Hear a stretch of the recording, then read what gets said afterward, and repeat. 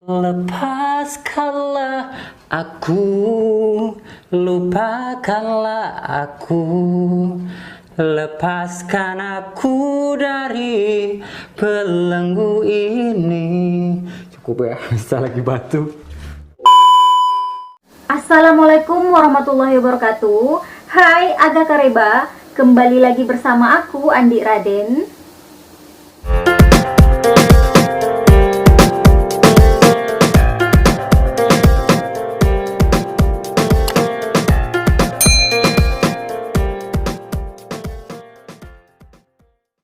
Jadi kasus pembunuhan berantai yang bakal aku ceritain kali ini berasal dari Indonesia guys. Kasus ini sempat menggemparkan dan sempat viral banget. Dan kasus ini adalah tentang seorang pria yang telah membunuh 11 orang dan 10 orang dikuburkan di belakang rumah orang tuanya. Dan yang satunya lagi dimutilasi menjadi 7 bagian, lalu dimasukkan ke dalam koper, kemudian dibuang di belakang kebun binatang Ragunan, Jakarta Selatan. Jadi guys, kasus ini terbongkar ketika si pembunuh melakukan aksi terakhirnya, yaitu pada hari Sabtu, tepatnya tanggal 12 Juli tahun 2008. Dan berita ini sempat viral dan sangat heboh sampai ke luar negeri. Stasiun luar negeri juga membuat dokumenter dengan judul Ryan the Smiling Serial Killer dalam program Crime Investigation Asia, yaitu salah satu program yang mengangkat kasus-kasus pembunuhan yang ada di seluruh dunia. Jadi guys, nama asli Ryan Jombang adalah Ferry Idam Henyansyah. Pria ini berasal dari Jombang, Jawa Timur, dan ia lahir di Jombang pada tanggal 1 Februari tahun 1978. Ia dikenal sangat sopan dan ramah guys. Dia juga tidak pernah berteman dengan anak-anak nakal di kampungnya. Ryan juga mudah menyesuaikan diri dengan orang lain, serta Ryan selalu memakai pakaian yang rapi dan bersih. Dan juga Ryan berasal dari keluarga yang berkecukupan. Ayahnya bekerja sebagai security di sebuah pabrik gula, dan ibunya berdagang kebutuhan rumah tangga. Menurut kepala sekolah SD-nya, Ryan merupakan anak yang baik, sopan, tampan, dan memiliki prestasi yang sangat membanggakan. Tapi guys, saat di bangku SMP, Ryan ini mulai aneh, yaitu dia terlihat sangat gemulai, gaya berbicaranya juga berubah, serta selalu bergabung dengan anak-anak perempuan. Dan juga Ryan ikut ekstrakurikuler seni tari, serta mulai gemar berdandan. Dan di sekolah pun dia selalu diolok-olok sama teman-temannya, tapi dia tidak pernah peduli dan Ryan ini cuek-cuek aja. Meskipun Ryan tidak pernah menanggapi ejekan temannya di sekolah, nah ternyata Ryan ini selalu melampiaskan amarahnya di rumah guys. Jadi dia suka ngamuk-ngamuk gitu di rumah, dan juga Ryan selalu melampiaskan amarah kepada ibu dan ayahnya. Ibu Ryan mengaku bahwa Ryan pernah melemparkan gelas ketika sedang marah. Dia ini adalah anak yang pintar guys, karena dia selalu mendapatkan peringkat 1 waktu di SMP. Dan hal inilah yang membuat Ryan berhasil masuk ke SMA favoritnya dengan sangat mudah. Ketika di SMA, dia hanya bertahan 1 bulan karena tidak betah dan selalu berpindah-pindah sekolah guys. Dan dia juga sempat sekolah di Jogja, namun akhirnya Ryan menyelesaikan sekolahnya di SMA Jombang pada tahun 1996. Jadi guys, orang tua Ryan mengatakan bahwa anaknya berubah ketika pulang liburan dari Jogja dengan teman-temannya. Saat itu Ryan berada di bangku kelas 3 SMP dan pergi libur ke pantai Parangtritis. Dan di sanalah mereka menemukan sebuah boneka, dan boneka ini dibawa pulang. Sepupu dan kakak tiri Ryan mengaku bahwa ia pernah melihat boneka tersebut. Jadi boneka ini sepasang guys. Ryan menyimpan boneka perempuan dan boneka laki-laki disimpan oleh temannya. Nah, setelah itulah dia berubah semakin mirip dengan perempuan. Dan Rian ini sempat stres serta sempat dirawat di rumah sakit selama 2 minggu. Dan dia juga pernah dirawat oleh seorang kiai. Dan kiai ini menyuruh untuk mengembalikan boneka tersebut ke tempatnya lagi, yaitu ke Pantai Parangtitis, Laut Selatan. Rian menjadi sangat marah dan ngamuk setelah dia tahu bahwa bonekanya ini sudah dikembalikan ke Pantai Parangtitis. Dan ia pernah mengejar ibunya dengan pisau serta mengancam akan membunuh ibunya. Hal ini terjadi setelah ia pulang dari rumah sakit, guys. Ada juga kabar angin yang mengatakan bahwa Rian pernah diterima di Fakultas Kedokteran. Karena kurang biaya, dia pun memutuskan untuk tidak kuliah. Tapi guys, Rian ini menjadi seorang guru ngaji di Taman Pendidikan Quran atau TPQ di desanya. Dia sangat pintar, ramah, dan dia tidak pernah marah, serta pintar mengajar seni. Hal inilah yang membuat anak didiknya menyukai Rian dan sayang kepadanya. Dan juga guys, anak-anak didikannya selalu menang lomba TPQ tingkat desa dan juga tingkat kecamatan. Sayangnya, kisah gemilang ini tidak bertahan lama. Setelah beberapa tahun, ternyata Rian ini kumat lagi, yaitu menjadi stres dan jarang datang untuk mengajar. Tidak ada yang mengetahui, ternyata selama tidak mengajar, Rian ini sudah membunuh 5 orang dan menguburkan mayat-mayat tersebut di pekarangan rumah orang tuanya. Jadi Rian ini ada naksir sama kawan tempat kerjanya, yaitu guru lain, dan guru itu adalah seorang pria, guys. Serta pria tersebut akan menikah dengan pujaan hatinya. Nah, Rian pun kesal, kecewa, dan juga patah hati serta melampiaskan dengan membunuh orang lain.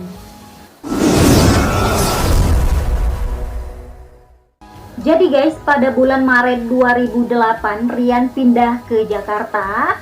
Rian menganggap ia lebih cocok tinggal di Jakarta, serta Rian menilai bahwa Jakarta ini lebih bersahabat baginya yang sudah memiliki kecenderungan untuk menyukai sesama jenis. Di Jakarta, Rian tinggal bersama kekasihnya yang bernama Noval Andreas. Dan mereka ini tinggal bersama di sebuah rumah kontrakan yang beralamat di kawasan Setiabudi. Selama tinggal di sana, Rian tetap bolak-balik Jombang, Jakarta dengan alasan untuk menjenguk orang tuanya, guys. Namun tidak ada yang tahu bahwa Rian memiliki niat lain, yaitu membunuh.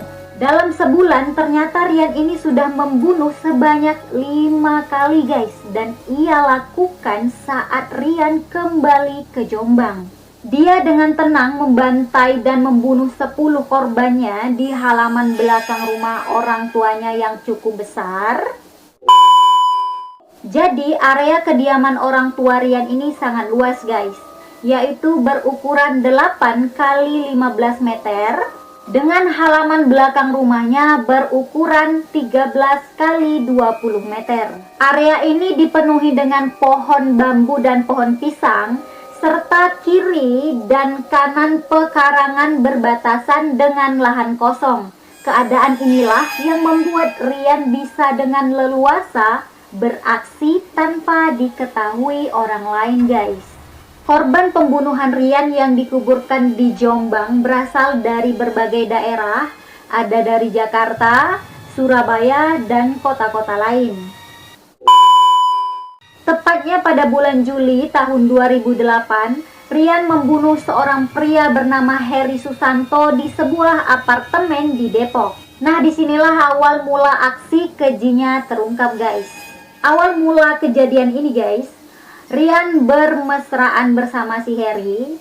Rian cemburu karena Heri melihat foto kekasihnya yaitu Noval di wallpaper HP si Rian.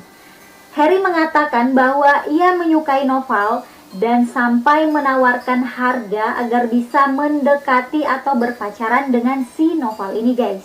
Mendengar hal itu, Rian pun cemburu dan marah.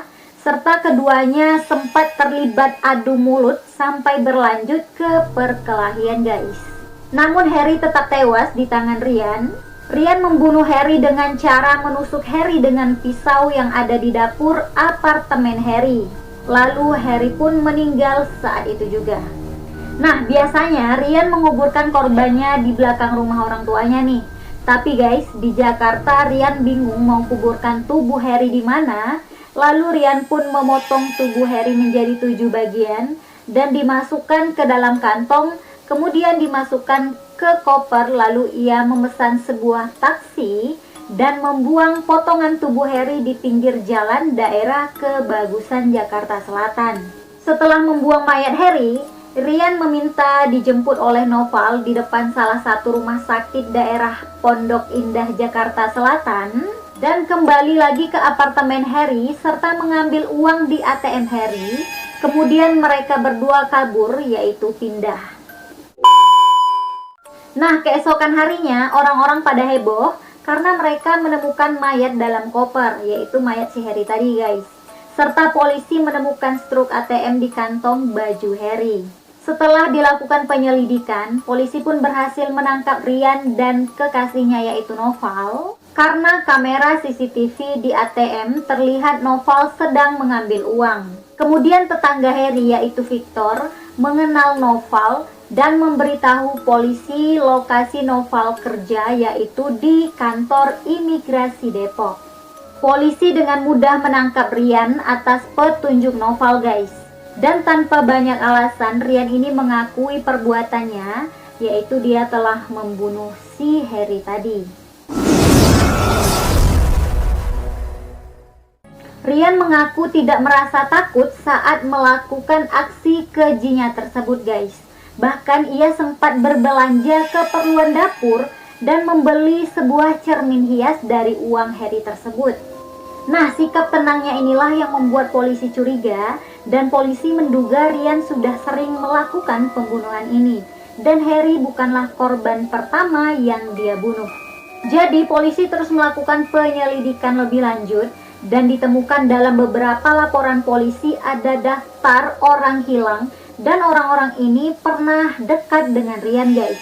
Salah satunya adalah Ariel Somba Sitanggang yang dari Depok pamit ke Surabaya dan pergi bersama Ryan tepatnya pada tanggal 23 April tahun 2008. Kasus ini sebenarnya pernah ditangani polisi karena orang tua Ariel melaporkan kehilangan anaknya. Tapi Ryan berhasil lolos karena tidak ada bukti guys. Jadi polisi menanyakan tentang Ariel kepada Ryan. Dia mengatakan pergi ke Batu Malang, Jawa Timur dan mereka berpisah di sana. Tapi guys, polisi tidak langsung percaya dan polisi pun melakukan pengecekan ke sana untuk membuktikan dan ternyata mereka tidak pernah sampai ke sana. Akhirnya Ryan dibawa ke Surabaya untuk dilakukan pemeriksaan lebih lanjut lagi dan disinilah Ryan mengaku bahwa dia membawa Ariel menginap di rumahnya serta Ryan membunuh Ariel lalu dikuburkan di belakang pekarangan rumahnya, yaitu di Jombang guys. Polisi pun melakukan penggalian tanah untuk mencari jasad Ariel dan tanpa disengaja, polisi menemukan 3 jasad lainnya guys. Petugas pun akhirnya mendesak Ryan lagi dan Ryan menunjukkan titik mayat yang berjarak 4 meter dari galian pertama. Mayat-mayat tersebut hanya tinggal tulang-tulang saja. Di sini petugas sudah menemukan 4 jasad lainnya. Yang pertama ada Ariel Somba Sitanggang yang berumur 34 tahun dari Depok. Yang kedua ada Vincentius Yudi Priyono yang berumur 31 tahun dari Wonogiri, Jawa Tengah. Yang ketiga ada Guru Setio Pramono alias Guntur yang berumur 28 tahun dari Nganjuk, Jawa Timur. Dan yang keempat ada Grady Glenn Adam dari Manado. Jadi total yang ditemukan oleh polisi ada 4 jasad guys. Kemudian polisi masih menunggu Ryan menunjukkan lokasi penguburan mayat selanjutnya. Serta polisi ini menduga ada jasad lainnya guys. Dugaan adanya jasad lain karena ada 27 laporan orang hilang dan 16 pernah dekat dengan si Rian ini. Setelah seminggu, Rian pun menunjukkan korban lainnya, dan saat itu Rian sangat tenang dan terbuka karena ia ditemani pujaan hatinya guys, yaitu si Noval. Lalu 6 jasad lainnya pun ditemukan. Jasad ini diduga milik Muhammad Aksono yang berumur 29 tahun, Agustinus Fitri Setiawan yang berumur 28 tahun, Zainal Abidin alias Zaki yang berumur 21 tahun, Nanik Hidayati yang berumur 32 tahun, Silia Dewi Ramadhani yang berumur 3 tahun, dan si Dewi ini adalah anak dari si Nanik guys. Serta yang keenam ada Fauzi Suyanto alias Yanto yang berumur 29 tahun guys. Jadi si Rian ini membunuh dengan sangat sadar dan paham apa akibat dari perbuatannya guys.